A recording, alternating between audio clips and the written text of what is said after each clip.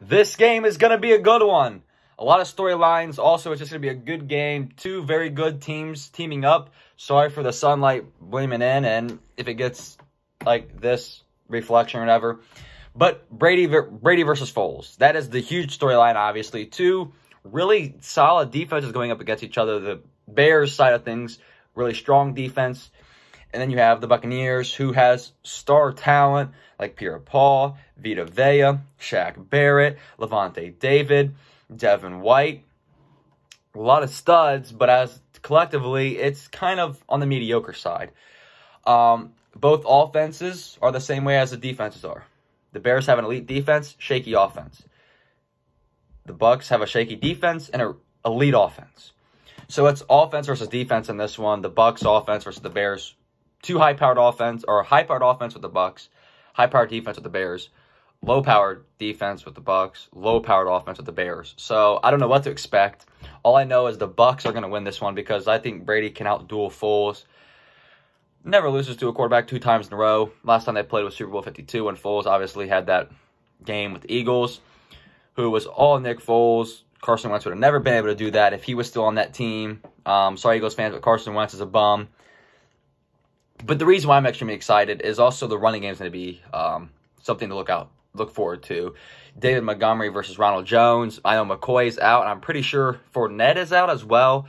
So it's going to be, Keyshawn Vaughn and Ronald Jones. But Ronald Jones is the feature back. He's their bell cow guy who's going to get it first, second, third down. 20-plus carry game, and that's same with David Montgomery. He is their bell cow. With no Tariq Cohen, he's out for the season with an ACL tear. David Montgomery is going to be their bell cow, 20-plus carries. And it's also going to be a sloppy game, in my opinion, with Foles. Obviously, Brady has a pick, it seems like, every game now. Will the Bears defense be able to have a pick six like the other defenses had, or just force turnovers, whether it's on Ronald Jones, who had a fumbling problem last year, or if it's Brady, if they can pick him off a couple times, or if David Montgomery even calls to the football or Nick Foles, that lighting see from the sun, the blinds going in on me. So that is going to be the tale of the game no matter what. And obviously, both sides are going to be inconsistent. Like if Chris Godwin is out for the Bucs, that is going to be huge, which means they're going to rely on maybe a guy like Cameron Brate because Gronk hasn't been getting those targets, and O.J. Howard's out for the season with an Achilles tear. So obviously Scotty Miller's questionable, so their only reliable guy would be Mike Evans or their late-round pick this year, who's a rookie who really hasn't been involved with the offense, but they will be forced to use him if Godwin is out and Gronk isn't featured as much, and if McCoy and Fournette are gone, which McCoy can give them receptions at the backfield, and Leonard Fournette can pick up those extra carries that Ronald Jones would miss. So you don't have to throw the ball as much. So all I know is both running backs on both sides are going to feature 20-plus carries, a lot of receptions. They're going to run their offense through the running game to get Brady comfortable and use his weapons, and to get Foles comfortable and locked in with his weapons as well, and to keep both defenses on the off the field, or the opposing offense on the field. Because I think no matter what, whoever has the most throws, whether it's Foles or Brady, is going to have the most turnovers because of the pass rush on both sides.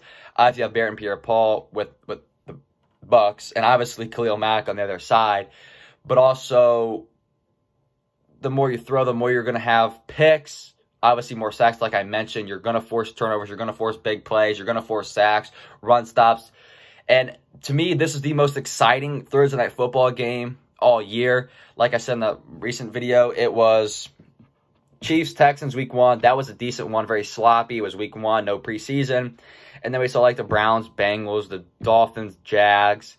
And I can't even think of the recent one. Actually, I'm going to look that up real quick because I could not think of it last time I made a video like this.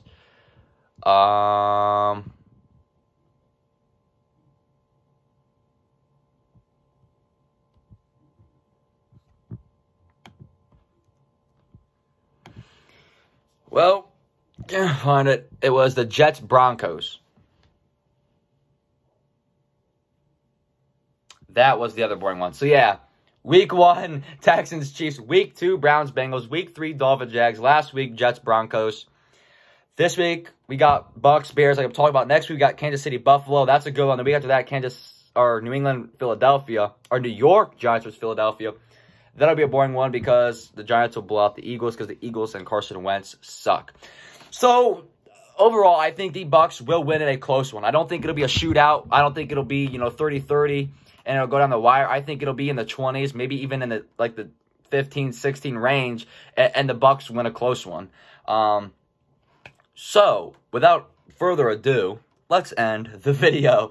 So, I think the Bucs will win based off their running game and less turnovers. Thank you guys for watching. I'm out. Peace.